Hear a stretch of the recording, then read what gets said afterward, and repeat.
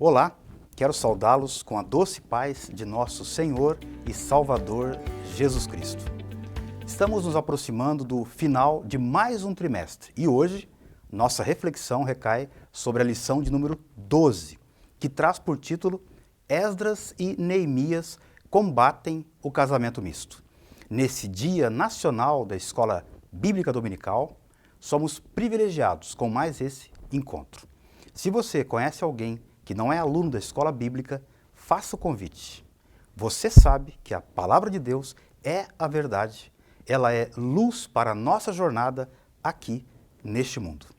O texto áureo de hoje está na segunda carta aos Coríntios, capítulo 6, verso 14. Assim está escrito: Não vos prendais a um jugo desigual com os infiéis, porque que sociedade tem a justiça com a injustiça? E que comunhão tem a luz com as trevas? A Igreja Cristã ensina desde sua origem que o lar foi instituído por Deus para ser uma bênção, desde que seja observada a orientação divina na sua formação. A nossa leitura bíblica em classe está em Esdras, capítulo 9, versos 1 a 4, Neemias, capítulo 13, versos 23 a 26, ainda no capítulo 9, verso 38, e no capítulo 10, verso 1, 29 e 30. Nós vamos ler dois trechos. O primeiro deles está em Neemias, capítulo 9, versos 1 a 4. Acabadas, pois, essas coisas, chegaram-se a mim os príncipes, dizendo: O povo de Israel e os sacerdotes e os levitas não se têm separado dos povos destas terras, seguindo as abominações dos cananeus, dos heteus, dos ferezeus, dos jebuseus, dos amonitas, dos moabitas, dos egípcios e dos amorreus. Porque tomaram das suas filhas para si, para seus filhos, e assim se misturou a semente santa com os povos destas terras. E até a mão dos príncipes e magistrados foi a primeira nesta transgressão. E ouvindo eu tal coisa, rasguei a minha veste e o meu manto, e arranquei os cabelos da minha cabeça e da minha barba, e me assentei atônito. Então se ajuntaram a mim todos os que tremiam das palavras do Deus de Israel por causa da transgressão do cativeiro. Porém eu me fiquei assentado atônito até ao sacrifício da tarde. A segunda leitura está em Neemias, capítulo 13, a partir do verso 23, onde diz assim: Vi também naqueles dias judeus que tinham casado com mulheres asdoditas, amonitas e moabitas, e seus filhos falavam meio asdodita e não podiam falar judaico, senão segundo a língua de cada povo. E contendi com eles, e os amaldiçoei, e espanquei alguns deles, e lhes arranquei os cabelos, e os fiz jurar por Deus, dizendo: Não dareis mais vossas filhas a seus filhos, e não tomareis mais suas filhas, nem para vossos filhos, nem para vós mesmos. Porventura não pecou nisso Salomão, rei de Israel, não havendo entre muitas nações rei semelhante a ele, e sendo amado de seu Deus, e pondo o Deus rei sobre todo Israel, e contudo as mulheres estranhas o fizeram pecar. Fundamentados nesses e em outros textos bíblicos, na aula de hoje pretendemos salientar o perigo das uniões ilícitas, dos matrimônios realizados fora do ideal divino. A leitura dos textos bíblicos mencionados me leva a uma pergunta: por que um judeu não podia se casar com uma pagã, ou seja, com alguém que não fosse do seu povo? A reflexão que traremos procura responder a essa e a outras perguntas, bem como relacionar de que modo isso se encaixa na vida de um cristão, uma vez que não somos judeus, nem de sangue e nem de religião. Para começar, então, é preciso lembrar que o casamento constitui o elemento de unidade do povo de Deus. Por isso, O Antigo Testamento proibia a união mista. Esse tipo de união trazia uma cultura alheia à do povo de Deus e, consequentemente, pecado de idolatria. A Bíblia relata a idolatria do rei Salomão como influência clara da religião de suas esposas estrangeiras. E é exatamente contra esse perigo que Esdras e Neemias se levantam, pois a prática de casamentos mistos estava arraigada no meio do povo. Israel não poderia ser reconstruído com o perigo de cair novamente na idolatria e violar a sua identidade como povo de Deus. Afinal, era essa uma das principais causas de o povo ter sido levado para o cativeiro na Babilônia. Sendo assim, é compreensível que os líderes da reconstrução exortem ao povo a manter a pureza de seus princípios espirituais outorgados pela lei de Deus. Nesta, que é a nossa penúltima lição do trimestre, vamos nos deter um pouco mais, como já dissemos, sobre o grave problema do casamento entre judeus e mulheres pagãs. Veremos ainda a maneira enérgica de Esdras e Neemias para juntos, no poder do Espírito Santo de Deus, solucionar este problema. De igual modo, veremos o que a palavra de Deus, a Bíblia Sagrada, diz sobre o assunto. Pois bem, já nos primeiros livros da Bíblia, a Lei de Moisés, encontramos a seguinte ordem: não faças concerto com os moradores da terra, nem tomes das tuas filhas para os teus filhos. Isso está em Êxodo 34 e também em Deuteronômio capítulo 7. Esse é o motivo que deixou a Esdras perplexo quando soube que o povo, já na volta do exílio, novamente tomava mulheres dos povos gentílicos ao redor. O resultado disso é que o povo começou a seguir as abominações dos povos.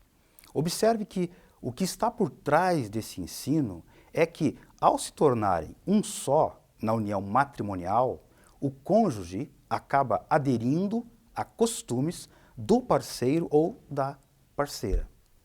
Em geral, os costumes, na sua origem, possuem uma raiz teológica, apesar de nossa distância do passado remoto nos impedir de perceber isso com maior clareza.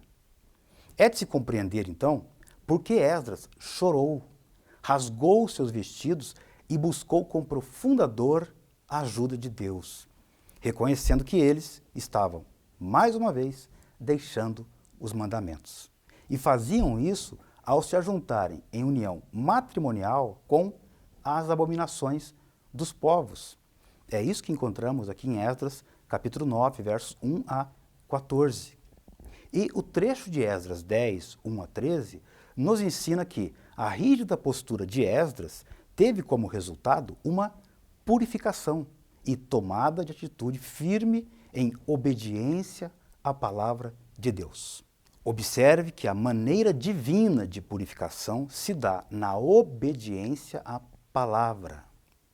O ponto central de nosso encontro é afirmar o perigo espiritual causado por uma união ilícita. Vamos caminhar um pouco sobre o primeiro tópico, que procura entender os textos de Esdras 10 e Neemias capítulo 13. O título do primeiro tópico é Esdras e Neemias combatem o perigo do casamento misto. E ele começa apresentando a ira e a reação de Esdras.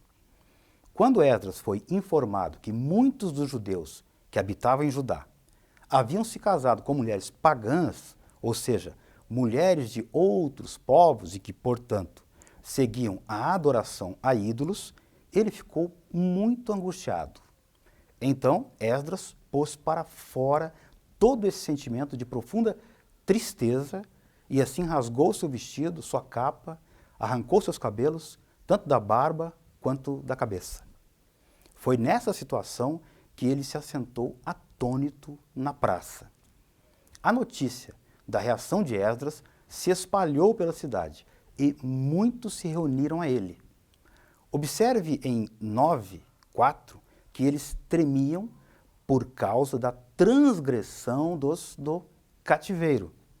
O relato prossegue com o próprio Esdras dizendo: porém eu me fiquei assentado atônito até ao sacrifício da tarde, quando então ele ora a Deus. O povo é tocado pela ação de Deus e Esdras, capítulo 10, verso 1, diz que o povo chorava com um grande choro, o que significa que chorava copiosamente. Diante disso, o efeito da atitude de Esdras foi imediato.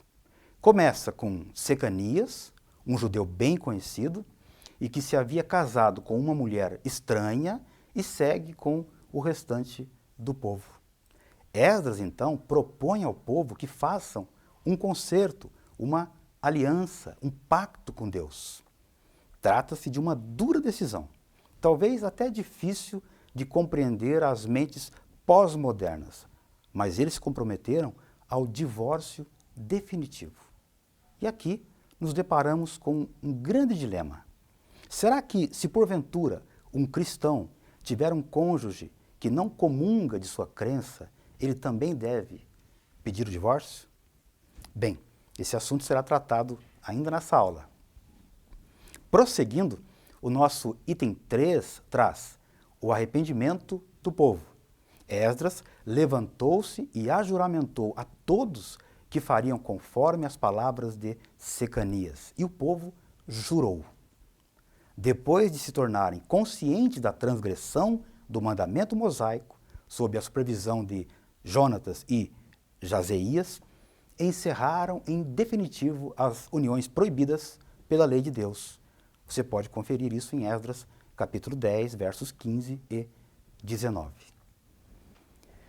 Anos mais tarde, depois que Neemias vem de Suzã para reconstruir os muros de Jerusalém, ele tomou a mesma atitude e ninguém foi poupado. A Bíblia mostra em Neemias capítulo 13, versos 25 a 30, que até mesmo um dos netos do sumo sacerdote Eliacibe, que era genro de Sambalate, foi afastado por Neemias. A transparência das Escrituras é tal que Neemias lembra que foi exatamente nisso que pecou o sábio rei Salomão. As alianças de Salomão resultaram no fim da monarquia no Reino Unido, ocasionando a divisão em 2 reinos e, mais tarde, a destruição do Reino do Norte, Israel, e o cativeiro do Reino do Sul, Judá. A Bíblia chega mesmo a registrar que esse bom homem de Deus, Neemias, espancou alguns deles por causa dos casamentos mistos e arrancou-lhes os cabelos. O que enfureceu Neemias não foi apenas a quebra do voto, mas a realidade de que as crianças seriam incapazes de partilhar da adoração em Israel ou aprender eficazmente a lei. Consequentemente, elas não estariam aptas a transmitir a fé aos filhos que viriam a ter, e assim estaria em risco a futura unidade espiritual da nação israelita. Destaco também Neemias 13, que nos mostra que, ao ouvir a palavra de Deus, Israel se apartou dos elementos mistos. Observe, foi a leitura pública das Escrituras que despertou consciência das obrigações deles para com Deus. Veja a importância do ensino bíblico sadio. Já temos estudado nesse trimestre que o avivamento genuíno vem pela palavra de Deus. Assim, aprendemos que Esdras combateu o perigo da união mista de forma contundente. O segundo tópico nos oferece uma indagação. Por que um judeu não devia casar com uma pagã? Bom, em primeiro lugar, porque Deus havia proibido o casamento misto. Vários trechos ensinam isso. Deuteronômio 7, versos 2 a 4, Êxodo 34, 16, também Josué capítulo 23, versos 12 e 13. Então, já em Êxodo 34, 15 e 16, Deus havia ordenado que eles não fizessem concerto, aliança com os moradores da terra, e não tomassem suas filhas para os seus filhos, e que os levaria a prostituir com os outros deuses. Observe mais uma vez que a finalidade desta proibição era evitar que o judeu viesse a seguir a religião de uma mulher pagã. Em segundo lugar, um judeu não devia casar com uma pagã, pois a própria história de Israel registra vários exemplos das consequências nefastas do casamento misto. O primeiro exemplo é o próprio Salomão, já mencionado. Mesmo tendo construído o grande templo em Jerusalém, o primeiro templo, ele se contaminou por causa dos casamentos com mulheres pagãs. Elas perverteram seu coração e ele passou a seguir os seus deuses estranhos. Mais tarde, já com o reino dividido, Acabe, rei de Israel, casou-se com Jezabel, princesa Sidônia. Talvez esse seja um dos casos mais conhecidos da igreja de hoje. Jezabel fortaleceu o culto a Baal em Israel e perseguiu os profetas de Deus. O cerne da mensagem aqui é que Deus proibiu a união mista entre os judeus porque a consequência dessa prática é nefasta, conforme a história de Israel mostra. Ainda pensando no povo judeu, precisamos lembrar que o fato de eles não se misturarem com outros povos garantiria, a partir do segundo século depois de Cristo, a própria sobrevivência do povo judeu. Os judeus foram proibidos de pisar em Jerusalém depois da última guerra judaica, liderada por Simão Bar Kokhba. Permaneceram sem um território nacional até o final da Segunda Guerra Mundial. Nem mesmo o extermínio nazista conseguiu destruí-los como povo. Existem judeus até os dias de hoje porque, embora espalhados por quase todos os países do mundo, não se misturaram com os povos, no meio dos quais passaram a viver, conservando-se sempre separados. Este é o resultado da obediência ao ensino da lei divina, que inspirou outras leis que regem os judeus em todo o mundo, as quais proíbem que uma pessoa de origem judaica se case com uma não judaica. Isso se deve ao pacto de obedecerem à palavra de Deus, firmado pelos ancestrais, justamente na época de Esdras e depois de Neemias. É por isso que consideramos a preservação do povo judeu um milagre. Quando se aliam às tremendas perseguições que sofreram durante séculos em muitos países, como por exemplo na Espanha, na Polônia, Inglaterra e por ocasião da última Segunda Guerra Mundial, o nazismo na Alemanha, o povo judeu permanece. Guarde isso no teu coração.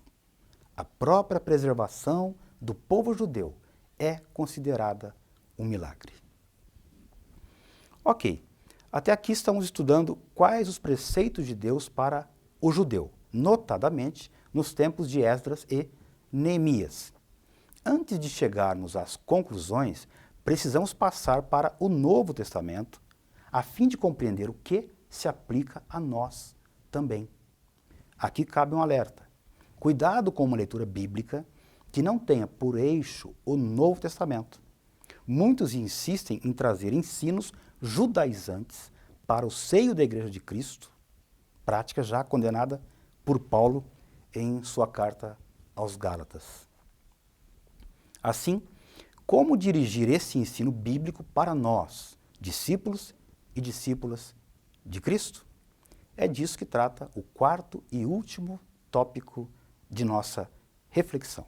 Diz uma palavra final sobre o casamento dos crentes. É necessário ensinarmos enfaticamente a nossa convicção de que a maior bênção que Deus deu à humanidade foi o envio de Jesus Cristo para ser o Salvador do mundo. Mas, no sentido material, a maior bênção que Deus dá ao ser humano é o casamento. Para compreender isso, recorremos ao ensino do apóstolo Paulo em sua primeira carta aos Coríntios, capítulo 7, versos 12 e 13, onde lemos a seguinte: Mas Aos outros digo eu, não o Senhor. Se algum irmão tem mulher descrente e ela consente em habitar com ele, não a deixe. E se alguma mulher tem marido descrente e ele consente em habitar com ela, não o deixe. No verso 15 ainda diz assim: mas se o descrente se apartar, aparte-se, porque neste caso o irmão ou irmã não está sujeito à servidão, mas Deus chamou-nos para a paz. Perceba então que para os cristãos a decisão do divórcio nunca deve partir da parte crente. Aqui tudo depende da reação do cônjuge pagão. Se, apesar da conversão do cônjuge, que traz reflexos até mesmo no campo social, ele consente em continuar a convivência, o cônjuge que se tornou discípulo de Cristo não deve pedir o divórcio. Paulo usa a mesma linguagem para dizer à crente casada com o marido incrédulo a não se divorciar dele, se ele concorda em que o casamento seja mantido. O que não podemos fazer, então, é impedir que o incrédulo peça divórcio. Isso porque o laço com a parte que continuou pagã não pode se transformar numa ligação escrava, num obstáculo que anularia a liberdade da pessoa. Se o incrédulo rejeita a coabitação e deseja separar-se, o cônjuge convertido não está mais vinculado. Deus nos chamou para a paz. Deste modo, o que vai prevalecer para nós não é o divórcio, pois o cristão sequer deve se casar com o incrédulo. Observe que, nesses textos de 1 Coríntios, capítulo 7, versos 12 e 13, não se trata de casamento misto. Na recém-gerada igreja de Corinto, algumas pessoas que se converteram já eram casadas. E, de repente, apenas a mulher se converteu e o marido permaneceu incrédulo. Ou apenas o marido se converteu e a mulher permaneceu incrédula. Esse é o tema tratado pelo apóstolo. Dito de uma maneira assim mais simples, aquele que se converte deve permanecer com o cônjuge incrédulo? E a isso Paulo responde: sim, deve. Se a pessoa se torna cristã apenas depois de ter se casado, não deve usar esse fato como justificativa para o divórcio. Ao contrário, precisa exercer a influência que tem como discípulo de Cristo para mudar e transformar o seu lar. A conversão não altera as nossas obrigações sociais. O que temos então é que, depois de trazer ensinos sagrados para solteiros, casados e viúvas, Paulo se volta para aqueles que eram casados antes de se tornar cristãos. Paulo nem pensa em crentes casando-se com descrentes. Aqueles se casarão somente no Senhor. A orientação que a Bíblia dá ao crente quanto ao casamento é que, após a morte do marido, a mulher fica livre para se casar com quem quiser, contanto que seja no Senhor. 1 Coríntios, capítulo 7, verso 39. A indissolubilidade do casamento, a não ser pela morte, é o que fundamenta esse versículo. Uma vez que o marido morre, segundo o texto sagrado, a mulher fica livre para se casar, se quiser. Também o viúvo ou viúva não estão obrigados a se casar novamente. Caso decida casar, vem a questão decisiva, contanto que seja no Senhor. Significa dizer que, após a morte do marido, a mulher que quiser se casar deve procurar alguém dentro da igreja, do corpo de Cristo. Isso mostra que somos terminantemente proibidos de nos casar com alguém que não comungue da nossa fé. Cuidado! Não é que não podemos nos comunicar com os incrédulos, como bem explica Paulo em 1 Coríntios capítulo 5, verso 10. Mas não podemos contrair matrimônio. Que Deus guarde cada crente de algum dia aceitar um enlace matrimonial que contrarie a palavra de Deus. Assim como o casamento, na direção do Senhor, enseja a possibilidade de uma felicidade sem limites, o casamento de um crente com um descrente, com muita probabilidade, trará infelicidade. Casamento é uma união total entre homem e mulher. Em Mateus 19, verso 6, Jesus disse: não são mais dois, mas uma só carne. O casamento misto abre uma brecha muito triste na união. Ainda que o crente tenha pedido perdão a Jesus por essa falta cometida, vive agora preso a um outro com quem não tem nenhuma união no espírito. É impossível calcular o sofrimento que a união dessa natureza tem causado. Talvez até a parte não crente não respeite a parte crente, pois sabe que ele ou ela errou contra a Bíblia, amando mais o casamento do que a Deus. Em lugar de ter se estabelecido um lar cristão, uma plataforma do Evangelho, aumentando assim a influência espiritual da igreja, houve um triste recuo. Em lugar de um lar cristão, com uma vida influenciando os próprios filhos, como nos recomenda a palavra, forma-se um lar sem definição espiritual. E assim, como nos tempos de Neemias, os filhos estarão desprovidos de auxílio espiritual. Apesar de todas as vertentes contrárias, de todos os ataques contra os princípios judaico-cristãos, nós reafirmamos a verdade bíblica de que o casamento é a união total entre um homem e uma mulher. Agora veja o quinto tópico: espera em Deus. O autor da revista nos convida a encerrar esse estudo sobre o casamento misto, onde a palavra de Deus é muito clara neste apelo. Espera em Deus. Salmo 27, verso 14. Jovem, o teu desejo de ter um lar e experimentar a riqueza do amor de um companheiro ou de uma companheira é natural. Lembra-te de que Deus ouve a oração. Gênesis 24 narra que quando Eliezer orou pedindo que Deus mostrasse quem seria a noiva de Isaque, recebeu uma gloriosa resposta. Uma escolha precipitada, olhando somente para o que está diante de seus olhos, pode impedir que você receba aquele ou aquela que Deus tem preparado para ti. Entrega, pois, a tua vida e o teu futuro a Deus, que, como disse o salmista, faz que o solteiro viva em família. Foi Deus quem trouxe a companheira para Adão. Ele poderá fazer isso por ti. Espera em Deus. Ouça esse bom ensino. Espera em Deus. Antes de concluirmos, eu gostaria de ressaltar que os casamentos mistos eram perigosos para o povo judeu porque ameaçavam a fé hebraica e a própria sobrevivência do povo de Israel. Além disso, quebrava o mandamento de Deus. Veja a conturbada história de Sansão, no livro de Juízes, e a de Salomão, no livro de 1 Reis.